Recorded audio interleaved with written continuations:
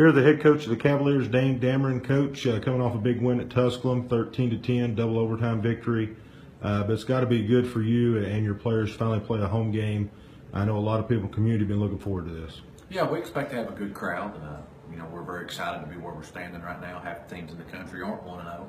So, we're right there where we want to be. Kids have worked hard and put a lot of effort into that first game, and I'm happy for them and for the success they have. But now it's on to week 2, Notre Dame College. We've got a good football team coming in here, and we'll have to be ready to play. Coach, I know Zachary Blair was out all preseason coming off an injury. You didn't see him in spring ball, and I've heard you say numerous times you're looking forward to watching him play. You got to see him play, ties the Mountain East Conference record for tackles for loss in a game with 5. He's now got 64 in his career here. How do you describe this young man, what he does with his body size? Plays extremely hard. He's got a great passion for the game, got a great nose for the football. And, as I said in the post-game interview Thursday night, I wish we could bottle that and make all our other kids drink it. Because when you play hard, great things happen. And as I said in there also, he's not the best linebacker in the country, but he plays harder than any of them. So therefore, he's right up there with the best linebackers at the Division II level. And I'm happy he's on my team. Notre Dame College comes in here, Coach, like you all. They're 1-0. They got a first-year head coach as well, but it's got to be a little bit easier to prepare this week because he was their defensive coordinator and been on the staff up there at Notre Dame for the last couple seasons. Yeah, they're a very good football team. You can tell that their head coach is a defensive guy because I don't know Coach Jacobs. That really don't know him at all. I just had a chance to meet him at the Mountain East, and there's no doubt that his football team has taken on his image. They're a defense-first football team. Their front four is phenomenal. They would have been a good front four in the Ohio Valley Conference, and they play really hard and are very simple with what they do. They just let their athletes run around and play. And offensively, you got to know where the quarterback is and know where number 1 is. They've got a good football team. I would be shocked if they're not battling for a playoff berth and have a chance to win our league.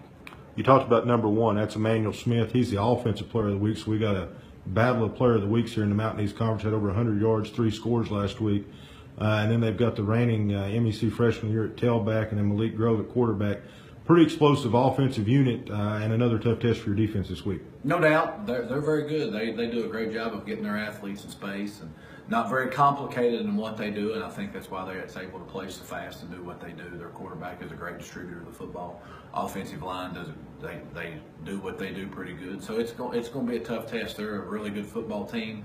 Hopefully the drive might get them just a little bit, but we're going to be ready. I expect for us to have a good crowd. People are excited to be in Carl Smith Stadium on Saturday at noon. And we're fired up about it. We know where we are, as I've said several times. We know where we are. We know who we are, and we're just going to continue to work every single week. Coach, offense struggled there in the first game, but you finally got going there in overtime a little bit. And junior Carlton Griffin, I think, had 40 yards in the 2 overtime periods. What was the difference there, getting him going, playing the short field, or some adjustments you guys made, or what's really the story on that? I think playing the short field helped. I think when you get down there, you don't have to try to sustain drive. You get 10 yards, you started off in field goal range, so it frees you up just a little bit. But our offensive line has got to play better. There's no question about that, and I think that will help our quarterback play better. I think you could tell Bryson had never played in a game at the college level. So I think we'll be better this week. I hope we're better this week. We've worked to be better this week, but we're also facing much better defense this week than we faced last week. And it's going to be a continual process. And Griff had a good game. And the play that people don't recognize, I think, is the one that probably won us the game was after we had fumbled the ball there in the second quarter. He chased that guy down and kept it from scoring a touchdown. So, you look back and see some things. And we did some good things offensively. We just didn't do them in a sustained way.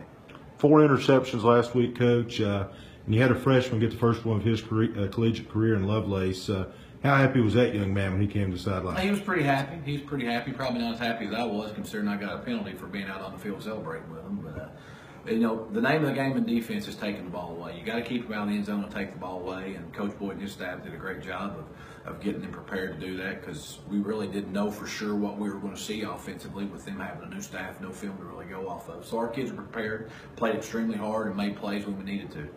Coach, red zone, you played well offensively in the red zone, scored every time, and defensively. I've already mentioned Lovelace's interception.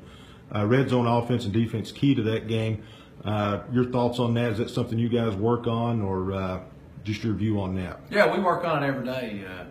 Now that we're into the season, it's all situational type stuff. You work on first and second downs, and everything after that is all situational. We hit the red zone yesterday in practice, and that's something that we really try to focus on, because football is a situation game, and you've got to be able to do good in those situations. Of course, it helps in overtime. They start you in the red zone. And so, we were 2 for 2 when we got down there, and then Trent had a field goal, in the first quarter, I believe it was. And so, first game jitters. I think some of our kids made the game bigger than it was, and we're so anxious to get out there and play, and we're just trying to express to them, don't be scared. Don't be scared to fail.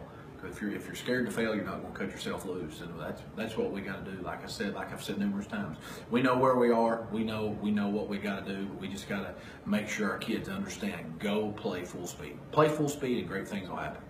Coach, good luck Saturday, fans. If you're not making it out to Cross Smith Stadium, you can watch it on UVAWiseCavs.com or listen on 92.1 FM. Kickoffs at noon. Thank you, Darren.